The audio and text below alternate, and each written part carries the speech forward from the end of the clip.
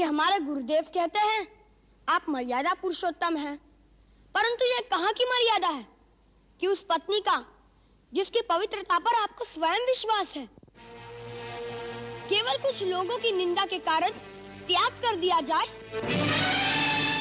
और उसे निस्सहाय अवस्था में वनवास के दुख भोगने पर विवश कर दिया जाए।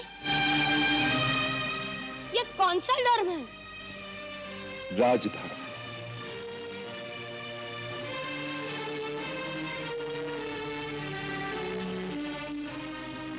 एक साधारण मानव के धर्म और एक राजा के धर्म में इतना ही अंतर है। एक साधारण मानव का प्रथम धर्म है अपनी पत्नी, अपने बच्चों, अपने भाई बहनों, माता पिता और निकट सगे संबंधियों की रक्षा करना, उनको सुख पहुंचाना और यदि कठिन समय आए तो दुख में उनका साथ देना। परंतु वही मानव जब राजमुकुट पहनकर राजा बन जाए तो उसका प्रथम धर्म अपने निजी सुख या दुख और अपने निकट सगे संबंधियों के सुख दुख में उनका साथ देना नहीं रहता, वरन राजा का धर्म केवल प्रजा रंजन होता है। उसके सारे कर्म प्रजा मत के अधीन होते हैं, फिर चाहे निजी तौर पर उसे सुख हो या दुख। उसका कर्तव्य तो वही है जिससे प्रजा का कल्याण हो, प्रजा रंजन हो और जिसमें प्रजा का मत हो।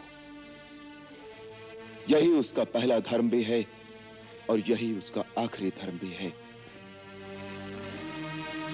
इसे ही राजधर्म कहते हैं।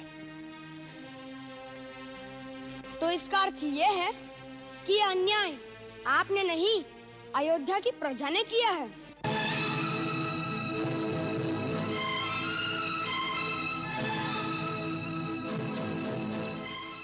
जो अयोध्या की प्रजा ने किया है उसका उत्तर अयोध्या की प्रजा से मांगना चाहिए।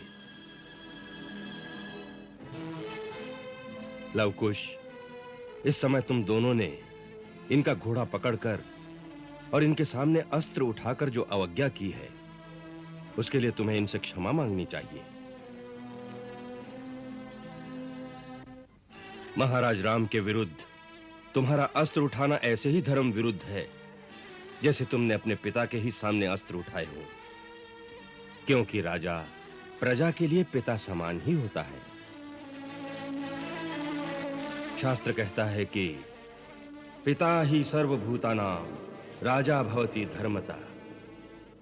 इसलिए तुम्हें इनको पिता समान आदर देकर क्षमा मांगकर यज्ञ का घोड़ा लौटा देना चाहिए। जो आज्ञा गुरुदेव।